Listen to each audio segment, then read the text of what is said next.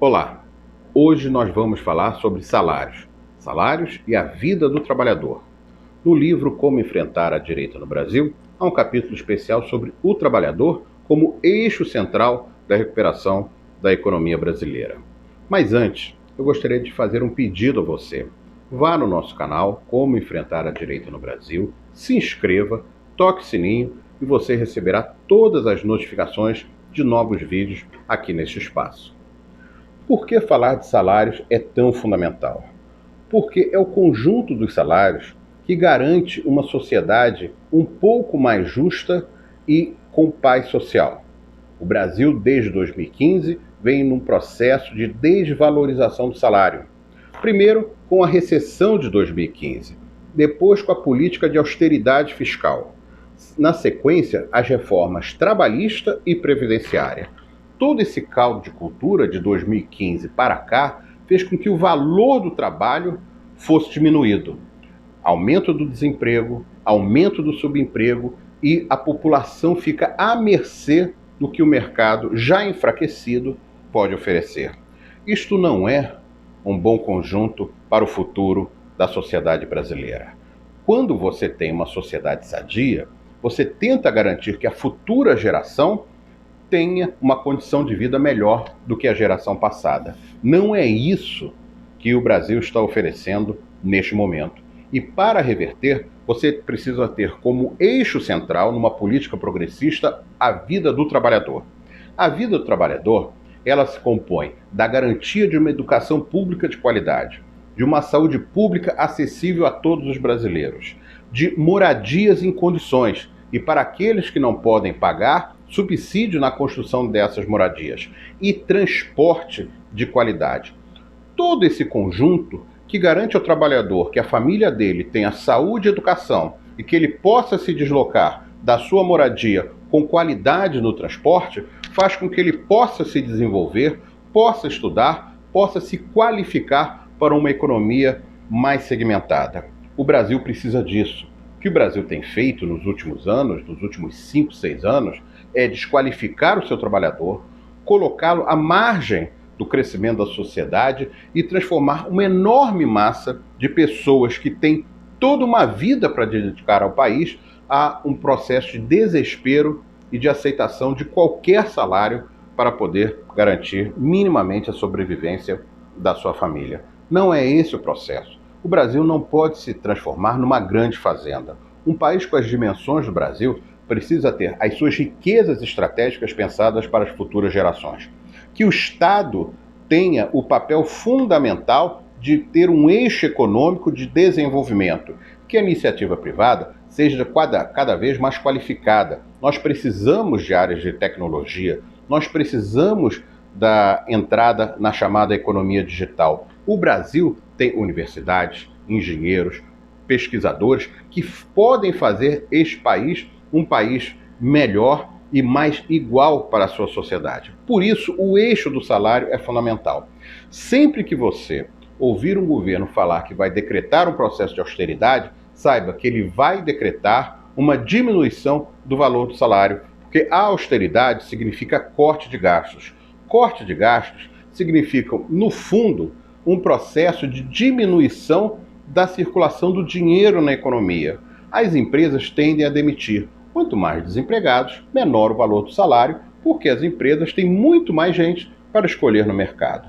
Nós passamos há poucos anos, se formos há 10 anos, em 2010, 2011, um processo em que o trabalho se valorizou, de modo a que foi importante para o trabalhador ter opções. Muitas vezes, a pessoa deixou de ser empregada doméstica para ser funcionária de uma empresa comercial. Muitas vezes, aquela empregada doméstica que não tinha carteira assinada passou a ter carteira assinada.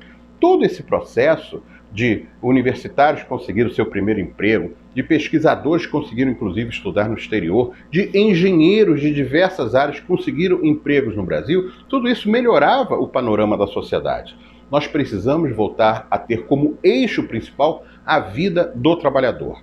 Então, esse eixo principal impõe para um governo progressista que venha a conquistar o comando do país alguns eixos que são muito importantes que você tenha em mente. Primeiro, Nós temos que trabalhar serviços básicos para 160 ou 170 milhões de brasileiros. Dos 210 milhões de brasileiros, você tem talvez 40 ou 50 milhões que podem ter acesso a serviços privados. Os demais não. Os demais dependem do Estado e dependem da qualidade, por exemplo, da moradia que possa ser oferecida ou do transporte público. Precisamos melhorar o nível de vida do trabalhador. Precisamos também voltar a ter o Ministério do Trabalho. É fundamental na fiscalização da legalidade dos serviços, do chamado combate ao trabalho escravo. Voltar o Ministério do Trabalho também é um ponto fundamental desse processo de recuperação. Mas mais do que isso, restaurar a política de valorização do salário mínimo. O salário mínimo, num país como o Brasil, de renda baixa, de média para baixo, o salário mínimo ele dá parâmetro para que a sociedade possa estabelecer os demais níveis salariais. A política de valorização do salário mínimo foi muito importante, não só para o trabalhador da ativa, mas também para o aposentado. Vale lembrar que o INSS paga sempre o valor de, no mínimo, um salário mínimo. Isso é importante, a valorização deste salário, porque valoriza também aquele que já está aposentado e que tinha na ativa um salário relativamente baixo, só pôde se aposentar com um salário mínimo, e esse salário tem que ser valorizado para que ele possa ter um final de vida um pouco melhor neste momento. Voltar à política do salário mínimo. Voltar a políticas integradas. Política social, trabalhista e previdenciária. A política social, que é garantir a educação, a saúde, a moradia e o transporte, é garantir a vida deste trabalhador. É impossível você querer um trabalhador com saúde e também com disposição para o trabalho, se nas grandes regiões metropolitanas, muitas vezes ele leva 2 horas e meia, 3 horas para chegar ao seu trabalho em transporte de qualidade muito ruim.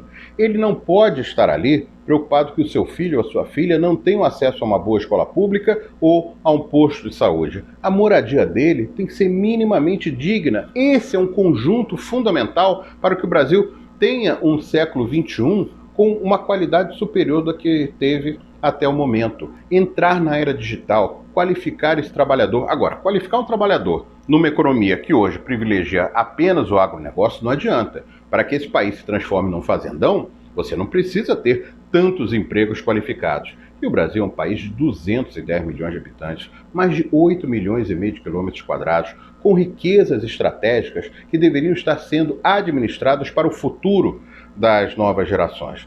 No entanto, voltar a este ponto, ter o trabalhador como eixo, é fundamental para que uma nova administração possa mudar os rumos deste país. Vale lembrar que nos últimos anos, nem as representações trabalhadoras, nem centrais sindicais são recebidas pelas administrações, as duas últimas administrações, a que está atualmente no poder e a administração passada. O trabalhador é o representante máximo do conjunto dessa sociedade. Não se faz um país sem os seus trabalhadores. Então, ter esse eixo de recuperação do salário mínimo, reversão da reforma trabalhista que criou o trabalho intermitente e esvaziou a carteira de trabalho, reverter boa parte da reforma previdenciária para que esse trabalhador tenha um mínimo de segurança no final da sua vida e integrar as políticas públicas, a política social, a política trabalhista e a política previdenciária.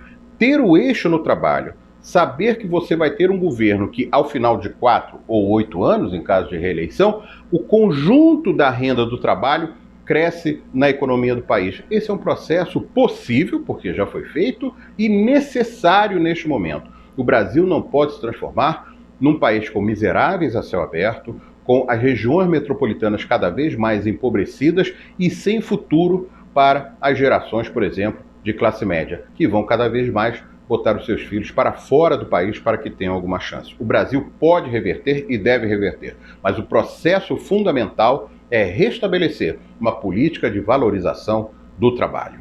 Eu agradeço muito a você que acompanhou esse vídeo. Peço novamente, como no início, que você se inscreva no nosso canal, vá lá no sininho para receber as notificações e lembre que são 13 capítulos do livro Como Enfrentar a Direita no Brasil, um pouco dessa junção de propostas e debates com você sobre o que pode ser feito de forma progressista para que o Brasil tenha um futuro melhor, mais integrado numa economia digital moderna como outras nações do mundo. Muito obrigado, eu, Marco Antônio Monteiro, desejo a você uma boa semana e nós vamos voltar com outros debates da atualidade brasileira.